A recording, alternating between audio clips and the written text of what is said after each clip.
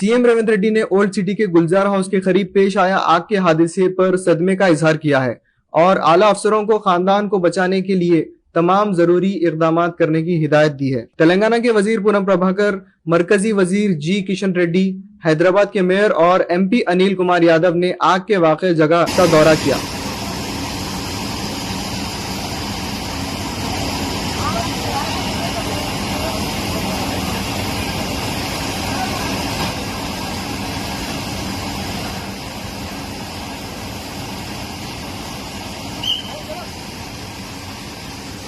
कोई भी ना हो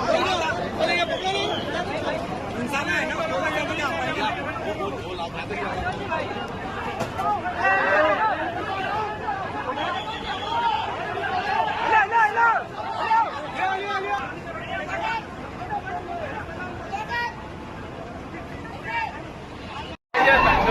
हटाओ ना यार तुम लोग हटो भाई हटो